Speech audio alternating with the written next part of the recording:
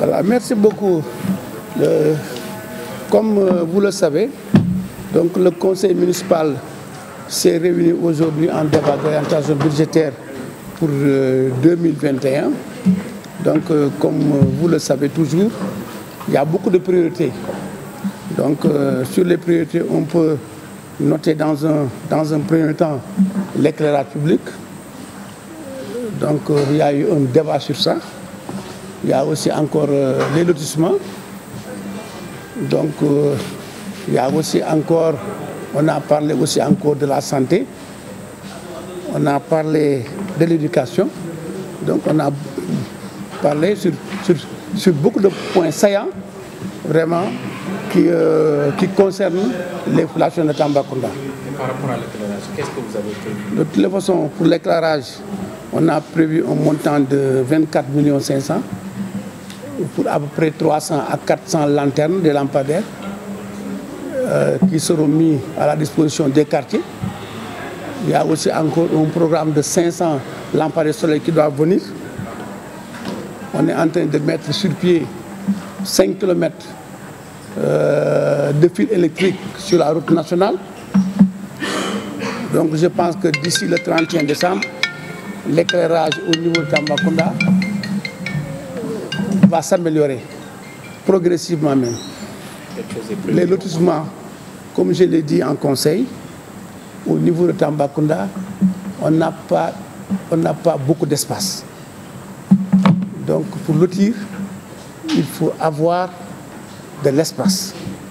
Parce que comme vous le savez, dans les différents quartiers, il y a de sérieux problèmes. Parce que tu vois, un périmètre appartenant à 2 à 3 personnes. Donc il nous faut avoir de l'espace pour donner des parcelles à chacun. Raison pour laquelle moi je pense bien que d'ici le 31 décembre, les choses vont bouger. Parce qu'au niveau du ministère des collectivités territoriales, il y a un projet de loi qui est déposé à l'Assemblée. D'ailleurs, moi j'ai reçu la copie pour l'élargissement de l'assiette de Tambacounda qui va aller jusqu'à Botou, qui va aller jusqu'à Dialokoro. Donc la superficie communale va changer progressivement. Et à partir du moment, vraiment, les lotissements pourront se faire sans problème, sans heurts. Non, j'ai dit tout à l'heure, au niveau des abattoirs, au niveau de Saré-Guilel, tu vois une parcelle appartenant à 3 personnes.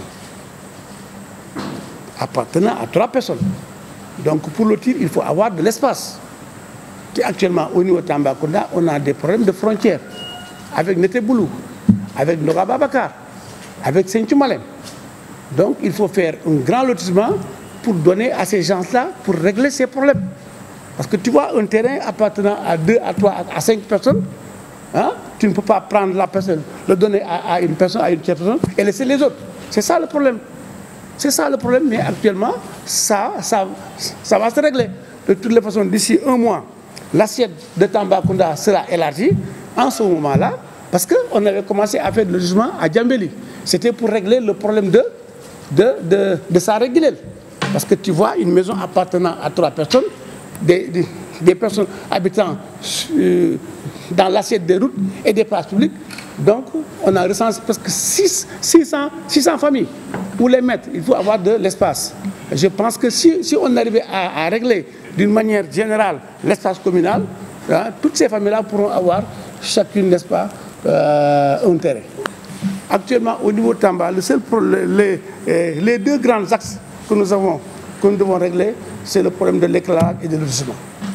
Donc en 2021, vraiment, je souhaite faire des lotissements à grande échelle pour que tous ces litiges-là soient réglés et que d'autres jeunes, d'autres personnes puissent avoir un terrain pour habiter. C'est ça qui est mon problème. En même temps aussi éclairer la ville d'une manière générale et complète. De toutes les façons, étant donné qu'on a beaucoup de priorités, moi je pense qu'avec les 24 millions, on pourra avoir 300 à 400 lanternes pour éclairer les quartiers. Il y aura un programme de 500 lampadaires qui vont venir. Il y aura aussi encore l'éclairage de la route nationale numéro 1. Je pense qu'avec ça, je pense que l'éclairage sera réglé quand même. De toute façon, on les encourage. Parce que ça vraiment, c'est des actions citoyennes. C'est des actions citoyennes. Mais je pense que ces jeunes-là peuvent collaborer avec les CDQ, avec les délégués de quartier, vraiment pour faire, avec aussi l'appui de la mairie, pour qu'on puisse les aider. Parce que c'est des actions citoyennes.